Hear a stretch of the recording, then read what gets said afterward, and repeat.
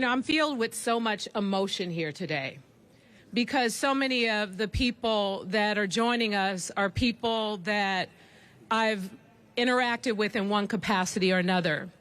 Whether it's someone I grew up with or someone who I've seen go through hard times, I know why people say that San Francisco is a place of opportunity, a place of second chances, a place of hope, and an opportunity to turn your life around, to have a better future.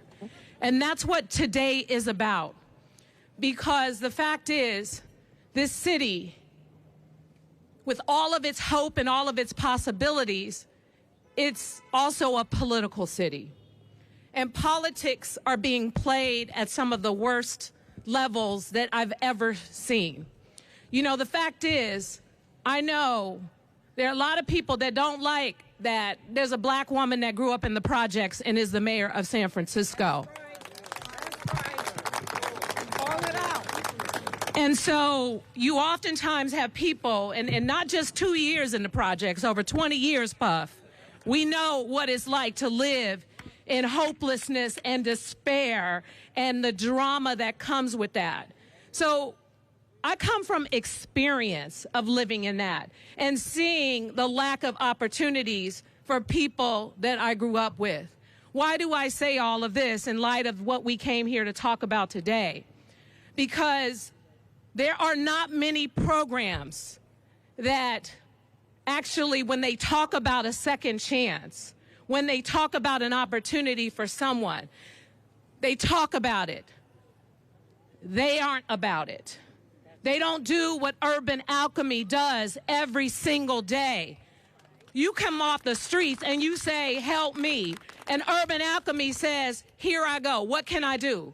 Every member of the Board of Supervisors should be falling all over themselves to make sure that Urban Alchemy contract gets extended so that we don't have to lay off all of these people who put their lives on the line every single day to protect the Tenderloin community. People have been stabbed in Urban Alchemy. They've been shot, they've been attacked, and they still show up every single day as an alternative to policing for this community. Every day. So I want to thank the members of the Board of Supervisors who are actually joining us here today and who believe in this program and have been strong advocates for public safety in San Francisco, including Supervisor Matt Dorsey, Supervisor Joe Longardio, Supervisor Catherine Stephanie. Sadly, your supervisor of the Tenderloin isn't here today, and that's a real problem. But we're not going to let that stop us from doing what we need to do.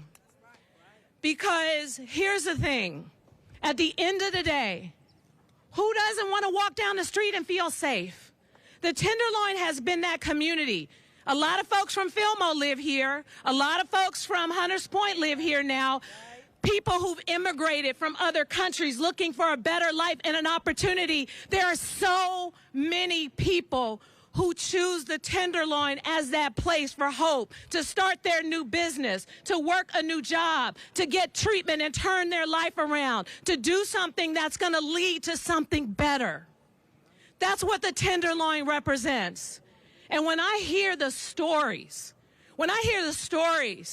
about my own friend who was gunned down in the Tenderloin, trying to stop folks from selling dope on the block, where he has become clean along with a lot of other people from Positive Directions, abstinence-based programming, where they're trying to look out for the community. When I hear the stories of the mom who was attacked in front of her 6-year-old son and left for dead, when I hear the stories about the merchant who's trying to do something to give back to the community and her window is broken time and time again, why is it okay for that to happen in a Tenderloin?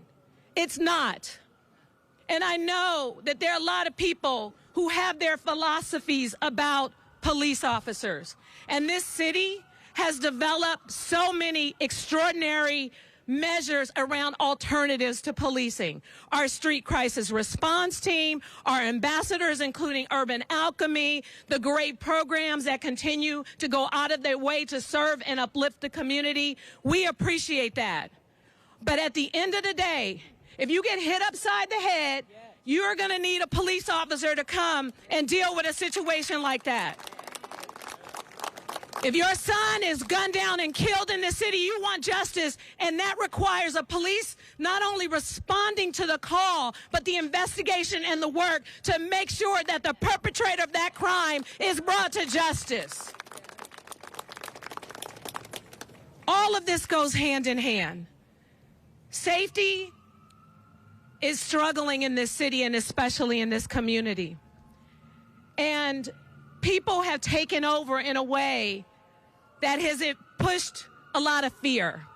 Because I know, living in a community filled with violence, I know how scary it can be. When you know who's doing the crime, but you're scared to be the one to stand up against it. Because your life is on the line if you do something, because you got to live here every day. You got to live here and work here every day. So I get that there's fear. And so guess what? I'm not afraid. I'm not afraid to stand up against what's happening in the Tenderloin. I'm not afraid to oppose the advocates who are constantly opposing the policies that will help around safety, but they don't live here. They don't work here. They don't understand growing up and being forced to be a part of this experience. They don't understand it. But I know many of the people who are joining us here today is because you feel it and you understand it and you have to live through it every single day. And that is not okay. And that's why we're here, because I'm fighting for this city. No one's going to push me out of the city I was born and raised in. No one's going to stop me for standing up for what I believe in. Because I was that person who was afraid growing up, worried about what might happen to my family, going to too many funerals.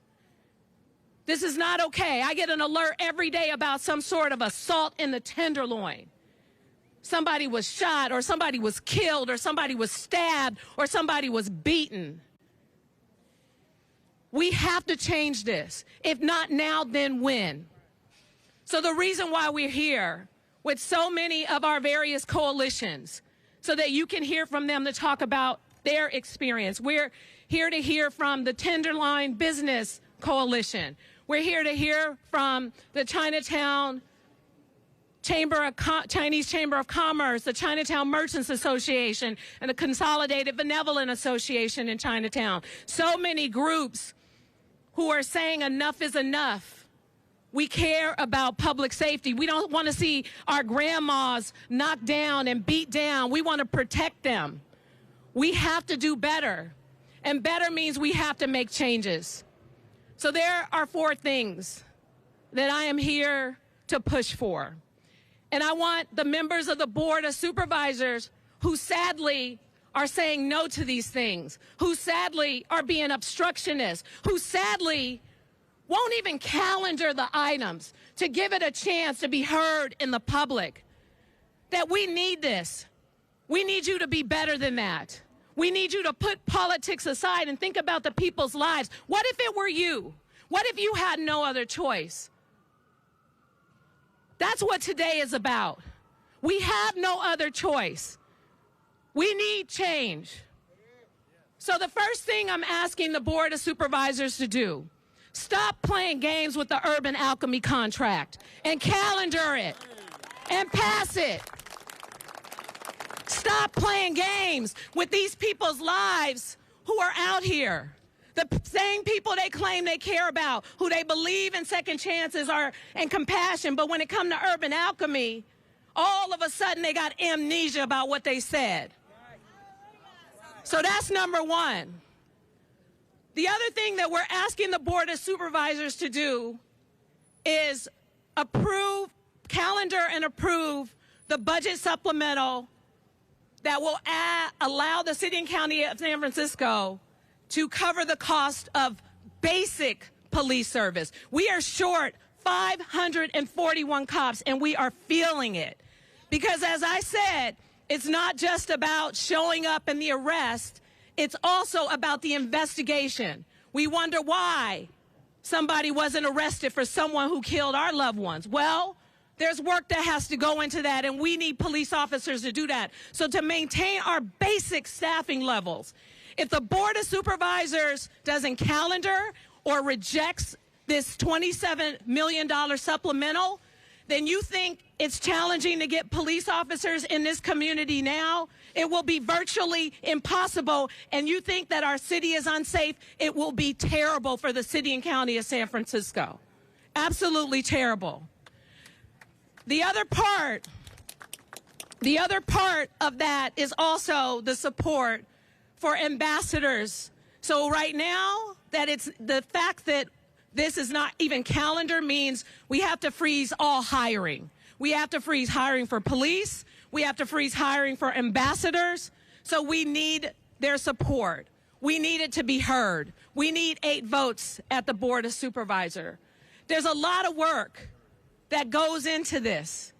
And what we're looking for today is your help and your support and your understanding as to why this is so critical.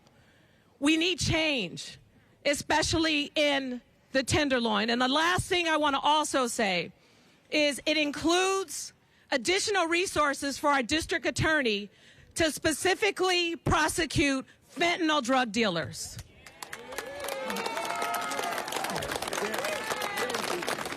Now, I'm sympathetic to the fact that some people, feel as though they have to do what they have to do to make a living.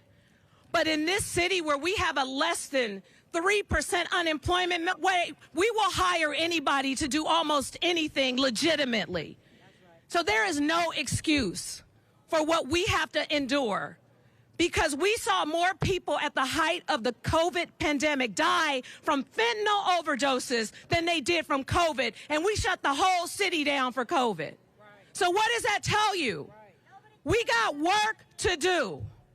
We got work to do in this city. So those are the things that we're pushing for, and that's why we came to the Tenderloin today, because oftentimes we're trying to do this work, and people are like, what are you doing? What are you doing? And then stuff happens at City Hall, and you're like, how did that happen? Well, I'm going to tell you right now, if these things don't go through, you'll know how it happened. We have got to put pressure on the Board of Supervisors, minus the 4 who are co-sponsors. Raphael Mandelman isn't with us today, to get this work done. The future of the city depends on it. The safety of this community depends on it. And we want to thank all of you for being here today and being advocates. But more importantly, we want to thank you for putting your lives on the line to make sure that people are safe and protected, because I know it's not easy. I know it's not easy walking up on somebody, even though you know they have a weapon, asking them not to stand in front of a playground. I know it's not easy when you have somebody with mental illness and you're trying to get them help, but then they're sitting in their own feces. I know this is not easy, but we appreciate the fact that you are hanging in there with us, that you're out there with us. And so it's time to change this city for the better, and we are hopeful that the board will have compassion in their heart. I am praying that they see the light, and they see the need, and they see the understanding of what this community is going through, and they have some compassion and understanding, and that they do the right thing and push aside the politics. The future of the city depends on it, and we're again grateful for all of you who are joining us here today. And with that, I want to introduce our district attorney, Brooke Jenkins. We love you, Mayor. Love you, Bree. We love you. Good morning, everyone. As you know, when I took over just 8 months ago, I started off my speech at my swearing in saying that the Tenderloin would be one of my priorities, one of my top priorities, that eradicating the drug dealing situation that we have in San Francisco would be the #1 priority. It remains the #1 priority. That has not changed. I am here today to advocate for this supplemental budget. As a part of that, as you've just heard, my office is in desperate need of additional prosecutors. Thankful to the San Francisco police, who have done everything to make sure that the arrests are increasing in this very neighborhood regarding drug dealing. That has led to almost a double increase in the amount of cases that we filed in the district attorney's office related to narcotic sales. Almost double the same time period of last year with the previous DA. I shouldn't have to take prosecutors off of murder cases. I shouldn't have to take prosecutors off of vicious assaults against our elderly community in order to staff these cases. And so that's why I am standing here asking for you to advocate and push for my office to get these additional resources that we need in order to make sure that the drug dealers in this city are held accountable as they should be.